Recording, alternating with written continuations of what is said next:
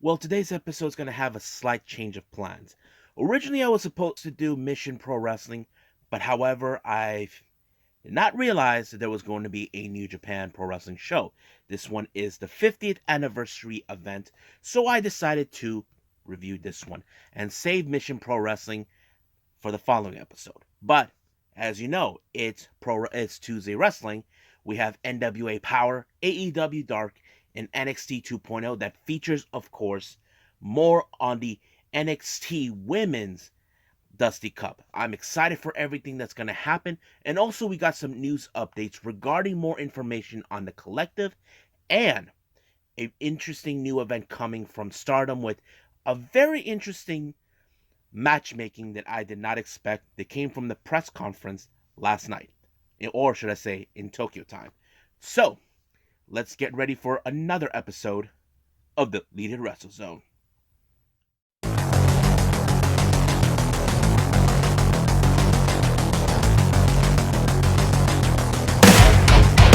Are you ready? Get up, get up! Get up, get up! Get up, get up!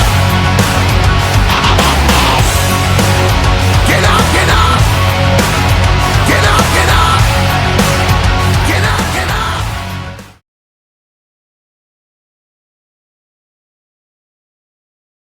Welcome everybody to Deleted Wrestle Zone, all things that it's pro wrestling with AEW, NXT, New Japan Pro Wrestling, Impact Wrestling, the National Wrestling Alliance, various promotions, wrestlers, matches, and championships. I am your host, Jay, right here. So, let's begin with New Japan Pro Wrestling 50th anniversary event. Now, this is an event they do every year on every anniversary, and they do a lot of good things in this particular match. However, let's go from start to finish. First match, we have Rohi Oiwa teaming up with Sho and Tiger Mask to take on the members of House of Tortures, which consisted of Sho, Yujiro Takahashi, and Evil. And we cannot forget that sidekick, Dick Togo, being there. So it always plays out in that particular way. Now, you can tell the Young Lion is the weakest link in the particular team, but it did allow for Yujiro to pick up the victory for his team. So basically, they scouted the weakest link out of all three men, and it worked in their favor. But I don't think I saw any garrote or wrench going on. But yeah. Next up, we got an interesting tag teaming here. First one, we have Minoru Tanaka teaming up with members of Suzuki-gun, Taka Michinoku, and Taichi to take on the members of Bullet Club of El Phantasmo, Taiji Shimuri, and the Rogue General, Balak Fale. Now, keep in mind, recently there have been a lot of dysfunction between both Ishimori and El Phantasmo. Now, this dates back all the way to Wrestle Kingdom when, of course, El Phantasmo seems like he lost his mojo because he's no longer allowed to do the sudden death. So there's been a lot of questioning about his loyalty. And of course, I don't know if he responded to what's been going on with Bullet Club lately. As you know, there's been a shift change in the Bullet Club membership, so it's still unclear. We know that maybe he has some issues towards Jay White. I'm not sure. But it was El Phantasmo that picked up the victory for his team. But it appears that Ishimori, he's not a happy camper with what's been going on with him and El Phantasmo. But it did allow them to win, but what cost in this one? Next up, we got Strong Hearts making their full debut with three of their members. We have, of course, El Lindaman, T-Hawk, and, of course, the legendary Shima taking on Suzuki-gun's Doiki, Yoshinobu Kanemaru, and El Desperado, all three members of the junior heavyweight division. Now, this was a very interesting match. Now, I have to say I've been a big fan of the Strong Hearts for a long time, and I think they're amazing. And I think shows why they are one of the most over-the-top, charismatic teams that we've always seen with any of the units or factions that I enjoy. And it did allow for, of course, for Shima to pick up the victory for his team when he pinned Doiki. So it was awesome. I loved it.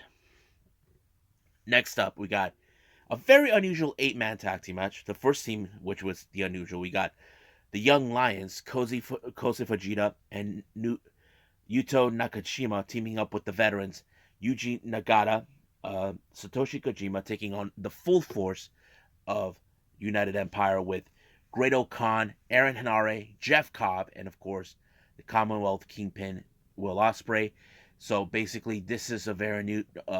You can tell by in this, the weakest link in Team One is of course the Young Lions, but it was uh, Great-O-Khan that picked up the victory when he pulled the Dominator onto um, Nakashima to allow him to win. And of course, as you know, United Empire are now trying to make a statement now that they're back together as a full force.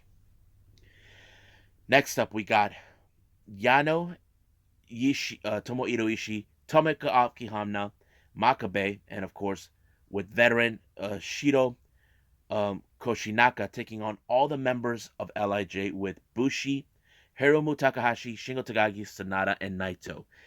Um, this one was a very interesting matchup. However, it was Shingo that picked up the victory when he put up the last dragon onto Hamna to allow him to win the victory. So LIJ walked out, but the real thing we need to discuss is how things are now going to shift with LIJ. As you know, that basically there's only one member of the team who is in fact a champion, and that is Sanada. But we'll see what happens then. Our next match, we have a very interesting. We got the two tag team champions. We're talking about the junior heavyweight tag team champions, the 6 or 9, Wado and Taguchi, taking on the current IWGP heavyweight champions. We're talking about Bushamoon of Chaos, Yoshihashi, and Hiroki Goto. Now, this was a very there's rare times we've seen these type of tag teams face off one another, and I have to say it was a pretty good one. I think I enjoyed it, but however, it was Taguchi who took the fall on this one when he fell to Bishamon, and it was over right there. Now, this one is a very interesting match. Our main event, we have Suzuki-gun members, Minoru Suzuki, Zack Sabre Jr. teaming up with legend um, Yoshiaki Fujiwara. Now, this is the very interesting part. Minoru Suzuki pulled the ropes down for him to enter, but he showed respect to Taichi. I don't know if there's like a bit of the feat between both men, between Fujiwara and Suzuki, but that's how it is. But their opponents is none other than the Ace Tanahashi, the Rainmaker Okada teaming up with legend Tatsumi Fujinami. So basically, you can see like there's some sort of like a generational type of war match between certain gods. You look at um, Fujiwara and Fujinami. They're both like of the older generation, late 60s, early 70s. Then you got Suzuki along with Tanahashi. They're like almost in the same age. Same thing with Okada and Zack Sabre Jr. But I have to say it was pretty good. But however, it was Okada who pulled the Rainmaker onto Suzuki-gun to win the match. I have to say it was a really good event. I enjoyed every moment of it, and I can't wait to see what's going to happen when we get to the New Japan Cup. So stay tuned for that. But right now, I say it's time to move on with NWA Powerrr.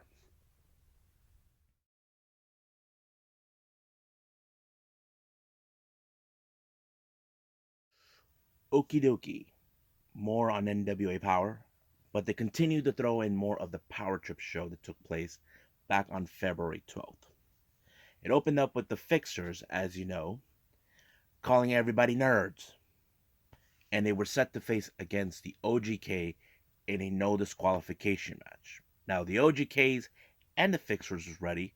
However, the most interesting thing took place. NWA owner William Patrick Corgan, or as we know him in the rock world, Billy Corgan, comes out saying that he was thankful for the fans for selling out the show. So, he gave something back in return. Instead of having a no disqualification match between the Fixers and OGK, he turned it into a first round match for the Crockett Cup. Yeah, you heard that right. So basically, the Crockett Cup started early. So it's been already told that these two teams were in. So whoever wins this one advances. So this is going to be a very interesting matchup. Now, the funny part was, as soon as this match was announced, Billy Corgan actually told the Fixers, there's rules in this match. So basically, no weapons were allowed. So you can tell they didn't like that. But however, they had too many weapons in their pockets. But the most funniest part, Jay Bradley had a Barbie doll in his pants. I'm like, what the heck was he doing with a Barbie doll? You know, you're gonna whack the OGK with it? I thought it was so funny. But the match itself was great. Now you can look at it in like any other match that has the story of David versus Goliath. You look at the Fixers; they're big, huge individuals. Powerhouses, and you got guys like Matt Taven and Mike Bennett of the OGK. They're a bit of the old school with technical and a little bit of the high flying techniques.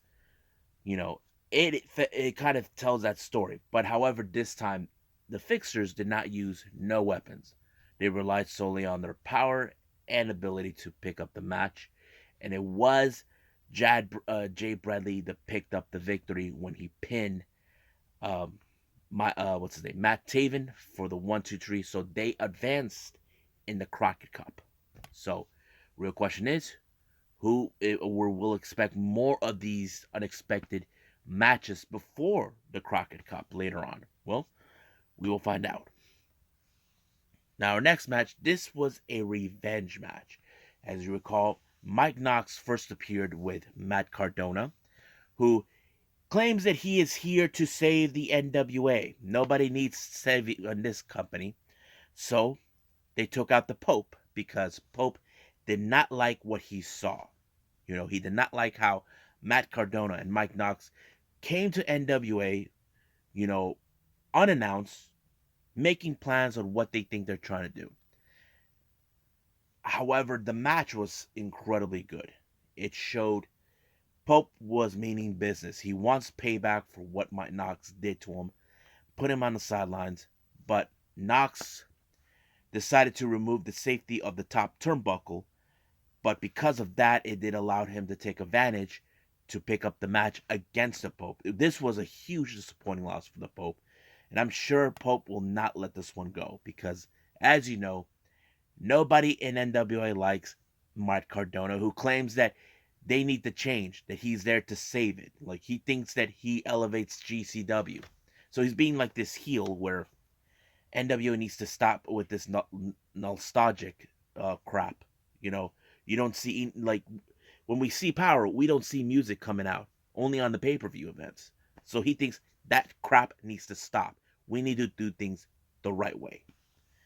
But we'll see what happens then. Now, our main event, this one is a very interesting one. This one is for the NWA National Championship between Anthony Mayweather versus Chris Adonis. Now, keep in mind, this was a match, was a huge opportunity for Mayweather. Now, keep in mind, ever since he's been dealing with his former tag partner, Jack Stain, Nick Aldis had told him to get his head out of his ass and focus. Because he knows he's not been in a good mood and all this and that. So he was set to face Chris Adonis. Now, Adonis has been dominant so far. He's a two-time national champion. So the real question is, will he be able to break away from the master lock? That is the main weapon of Adonis. And you can tell that could work. But in this particular match, it did not work completely. He did put the lock on it, but did not put Mayweather out. He did not pass him out, but he did roll him out. Mayweather rolled him out with the 1-2-3, becoming the national champion. He finally wins a championship as a singles competitor in the NWA.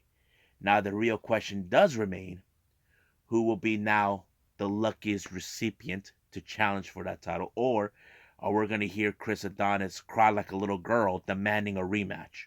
Well, we'll see what happens then. But there will be more of the stuff from the Powerrr Trip shows, possibly next week. So let's move on with AEW Dark.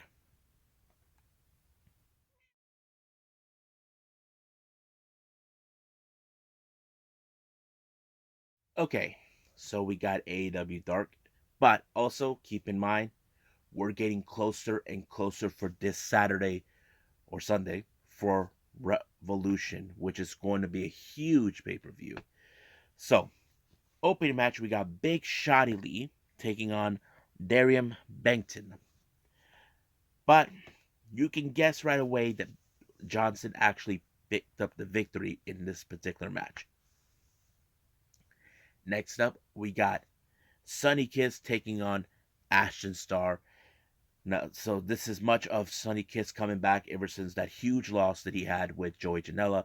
But it's great to see Sonny Kiss actually getting back in the ring, and he was very impressive. He doesn't miss a beat. So he particularly won this match, pinning Ashton Starr for the 1-2-3. Next up, we got the Acclaim. Max Caster and Anthony Bowens taking on Donovan Isolina and B-Jack. Now, you can tell this one ends, but it was Max Caster's elbow that gave up the finisher for the 1-2-3.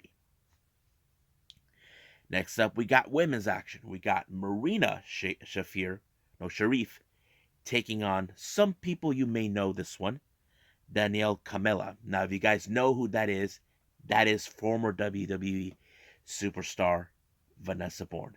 It was told a while back that she made her AEW Dark debut. Now, don't get it twisted here, folks. She's not officially signed with AEW. She's mostly one of the extras working in AEW, making some wrestlers like Marina Sharif look good, or others that they may want to do.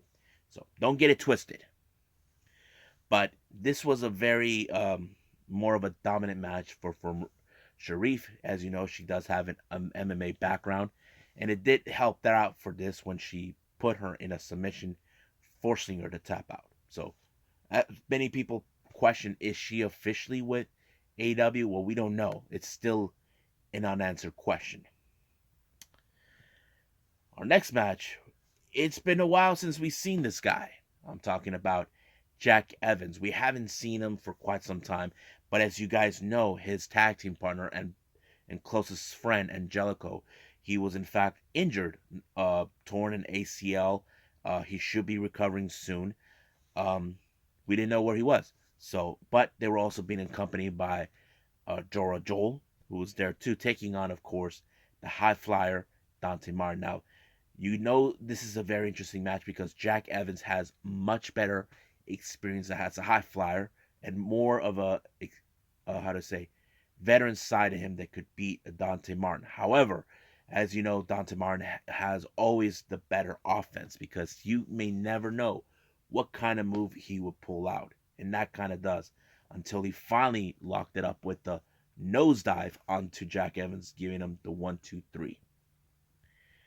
Now, next match, we got the Undead Girl, Abaddon, versus Sahara 7.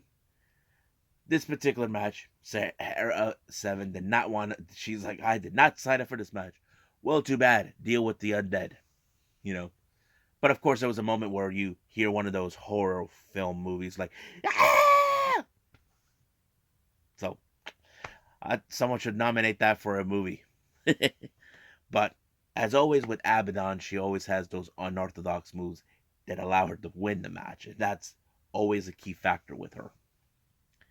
Next up, we got Diamante taking on Viperous. You know, Diamante is the kind of girl who is ready for some kick ass and do anything to beat her opponents senselessly. That's exactly what she did until she finally put away Viperous with Code Red. And it was 1-2-3. Next up, Kara Hogan versus Kelsey Regan. Much of this entire match, Kara Hogan was mostly doing trash talking her opponent, which she's known to do. Even on Impact, she was known to do that. And of course, she put away Kelsey Regan with that amazing super kick. Bam! You know, So it was over right from there. 1, 2, 3. Goodbye, Irene. Now this next match is a very good one. We have Daniel Garcia versus 2.0. No, Daniel Garcia with 2.0 taking on Josh Woods. Now you guys know who that is. That is the ROH Pure Champion. Now they don't mention that here because this was not part of that. However, this is exactly the kind of match that fits in the alley because, as you know, these two individuals are technical wrestlers. They're more of the catch wrestling style. But I did like in the commentary how Excalibur was telling Taz how Bryan Danielson says that Daniel Garcia should be with better mentors. Taz did not like what he heard. Even though Excalibur wasn't trying to piss him off, but he was saying what he has heard. So basically, I have to say, look, Garcia, he seems like he knows what he's doing. He doesn't need a guy like Bryan Danielson to tell him how to be violent. He's already violent enough. Not to mention, he won the Pro Wrestling Guerrillas Battle of Los Angeles. So why would he need a mentor? But of course, it was him who picked up the victory against Josh Woods, and that's the reason why he doesn't need a mentor. So now our next match, we have the Factory Nick Camarado and Aaron Solo along with QT Marshall. Even though Taz, he's not complaining about QT, he just doesn't understand what in the world is wrong with him. Why is he going out harassing his son about saying, "I need a thank you"? But if I was Taz, even though I would vote for Yuta and Orange Cassidy, who their opponents were, to win the match just to shut up QT. I mean, I would probably be in that predicament. But however, he did not like the referee he was running. It was Bryce Remert. He always criticized him. But apparently he had a change of heart because apparently QT, he was caught with his hand in the cookie jar by helping Aaron Solo. Bryce saw that and he threw him out of the ring. But the most amazing way how this match ended, Orange Cassidy pulled up a beautiful Superman punch, and by Wheeler Yuta, it inadvertently turned into a German suplex that allowed him to win the match. Now, this will bring good momentum for Orange Cassidy for this weekend for Face of the Revolution ladder match. This is something he has to bring in. But we still got two more qualifying matches. I hope by this last Dynamite and Rampage, we get those guys to find out. I'm kind of curious who could be involved. We already got Orange Cassidy, Ricky Starks, Powerhouse Hobbs, Keith Lee, and Morlow. But who are the other two? That is yet to be determined. But right now, I believe it's time for NXT 2.0.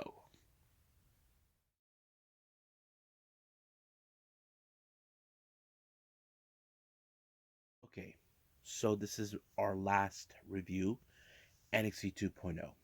It opened up with Tommaso Ciampa teaming up with Braun Breaker. Now keep in mind, Tommaso Ciampa still has his eyes set for the NXT Championship, but however, it appears a current veteran of the Raw roster, Dolph Ziggler, made his presence. He brought a friend with him last week, and that one is Robert Roode. Now keep in mind, this is one of those matches where it has a bit of an implications for the NXT Championship. But it was Tommaso Ciampa that picked up the victory after he tried to pull the infamous Bulldog move, which was done by the Steiner brothers years ago. Even though they never mentioned, but if you're a true wrestling fan, you would see it right away. But in this particular match, it went to Tommaso Ciampa and Braun Breaker. But later on in the entire evening, there was an interview with Dolph Ziggler. He felt like things didn't go according to plan. But I don't know what Braun Breaker was thinking. He decided, that he's going to turn this into a three-way, which Dolph Ziggler doesn't mind. But keep in mind, Braun Breaker doesn't need to be pinned, so anything could happen. Now, as you know, for a while since then, LA Knight and Grayson Waller have been back and forth. This dates back in last year's Halloween Havoc who were fighting who was going to be the host, that sort of thing. But this time, there's going to be one match. It's going to be set.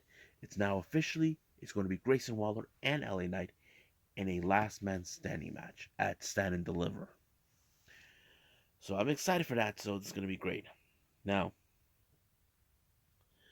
Indy Hartwell and Persia Powerrr, well, they have their own dealings.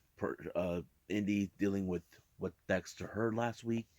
Persia with her relationship with Duke Hudson. But right now, they have to focus on the Women's Dusty Cup where they're facing against the unusual team up of Wendy Chu and Dakota Kai. Now, you would have assumed Indy Hartwell and Persia Powerrr were going to win, but no, it was the underdog. These guys, Chu and Kai, were in fact the underdogs, and I think that kind of plays out pretty well. And it was Dakota Kai who picked up the victory when taking out Persia Powerrr. Now, next week we're gonna have the NXT Tag Team titles on the line. However, this is the type of debate I've talked about before between both Imperium and Diamond Mine. Now, Diamond Mine believes that reality beats perception. As you guys know, Imperium, they're well disciplined. They have a different mindset than Diamond Mine. But Diamond Mine believes that their mindset is is the way of pro wrestling. But can the Creed brothers dethrone one of the most dominant forces ever, Imperium? Well, we're just gonna have to wait and see. Next up, we got Amari Miller and Lash Legend. Now, these two have been right at each other's throats for since last week's qualifying match. Well, not qualifying, more of the first round match in the Dusty Cup. However, Lash Legend has been in a pissed off mode the entire time. Now, I'll explain a little bit. But she was able to beat Amari Miller by putting her away. But her pissed off mode wasn't off. Apparently, she feels that the attention was not going straight to her. The attention was going straight to Nikita Lyons. But later on, Nikita Lyons did say, "Hey, let's lash it out on the Last Legend show." So basically, it's more like she wants to put this out on the line. So we'll see where they're gonna go with that. Next up, we have a very interesting segment coming from Brooks Jensen. Now, they were on their phone looking. I thought they were looking at women, but turns out they was looking at a truck. And of course, Electra Lopez thought that they were looking at women, but it wasn't that. It was just a freaking truck. And I don't know what Brooks Jensen was saying that he's never been with any woman. Dude, you sound like you're trying to be gay, but I don't know. That's just how I saw it, but it was great. Now, the match we've been expecting, Solo Sikoa taking on Gunther. This is one of those matches that people can say, did Solo Sikoa really sign his death wish? Well, it depends on how you perceive it because he wanted to face the best, and that's exactly what he did. He was facing the best, and that's what is going on. But I have to say, Solo Sikoa and Gunther, man, that match was it was nuts.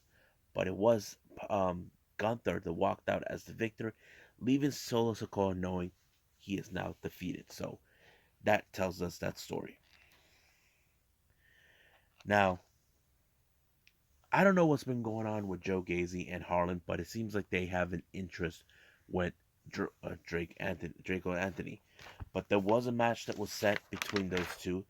I have to say this is one of those matches that kind of threw me off a little bit. Like, okay, he wins the match, but he hugs him. I'm like, what the hell is this? He's never like this. But whatever the reason is, I wouldn't be surprised if Draco Anthony ends up being recruited, being part of Joe Gacy. I'm not sure. Now our next match is for the Women's Dusty Cup tournament. We have Raquel Gonzalez and Cora Jade taking on Ulissa Leon and Fellington Frost. This match was great. I think it showed a lot of teamwork from both sides. However, I think the fan favorite to win is none other than Dakota Kai and no, yeah, what's her name?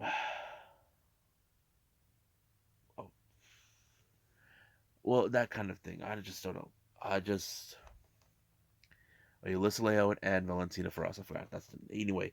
So it was a pretty good match. I think it showed both teams were well deserving to be in this match, but like any other. But the cohesive teamwork for both Cora Jade and Raquel Gonzalez had worked, so they advanced. But however, if I was the Toxic Attraction, I would pay attention and consider who is the much bigger threat in to get the titles.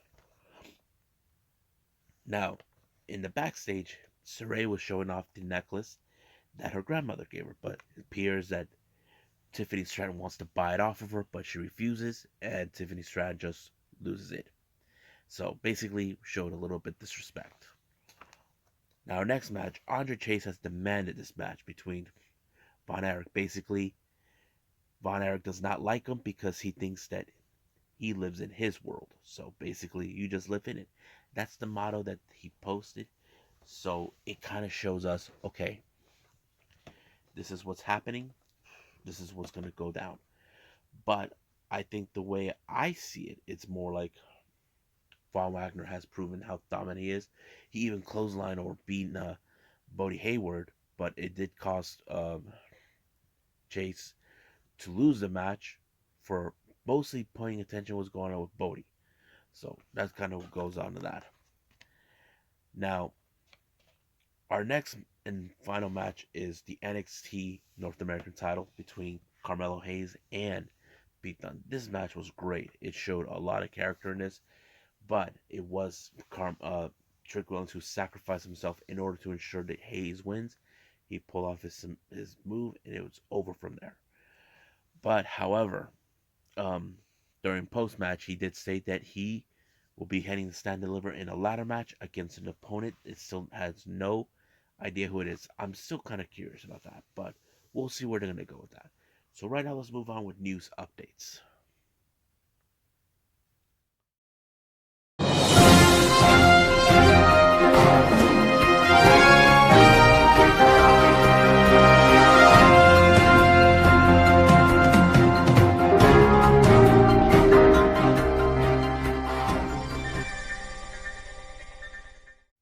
Okay, here's our news updates for the day.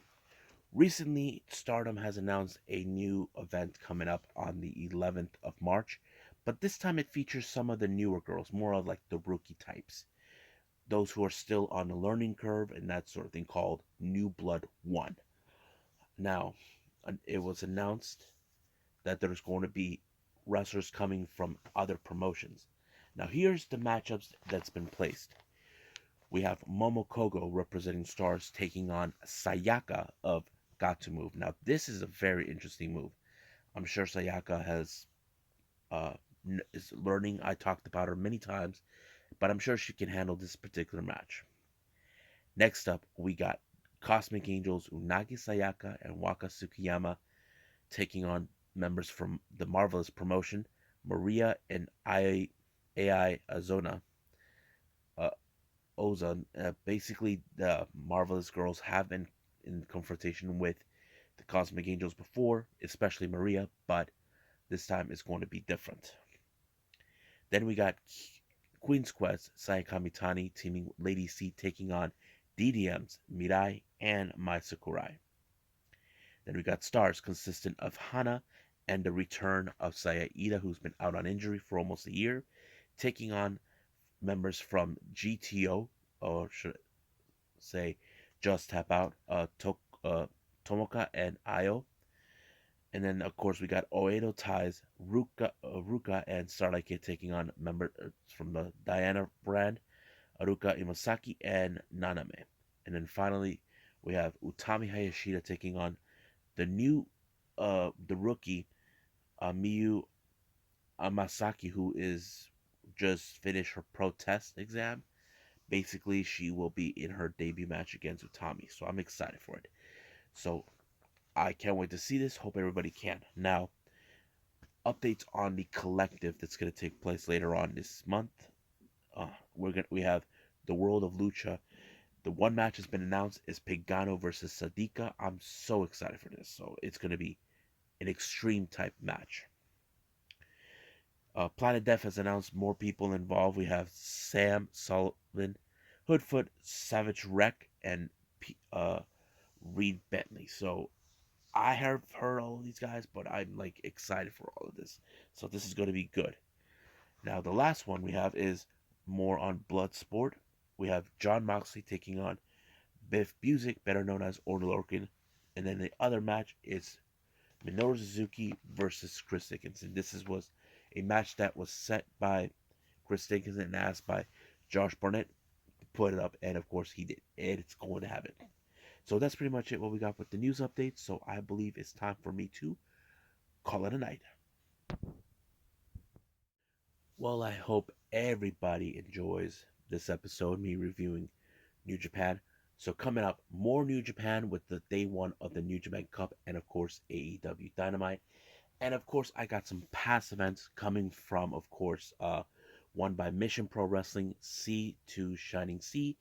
And of course we got Tokyo Yoshi Pro, which I'm excited. This one is the winter in Okayama that took place back in January. This was also one of the few shows left for um, Nodoka Temna, who is graduating from Tokyo Yoshi Pro, but Okayama is her home. So I can't wait to review this for all of you. But right now, I believe it's time for me to say I'll see you guys on the next DWZ time. Same DWZ channel. I must bid all of you adieu. So, goodbye. Mwah. And have a nice day. Bang.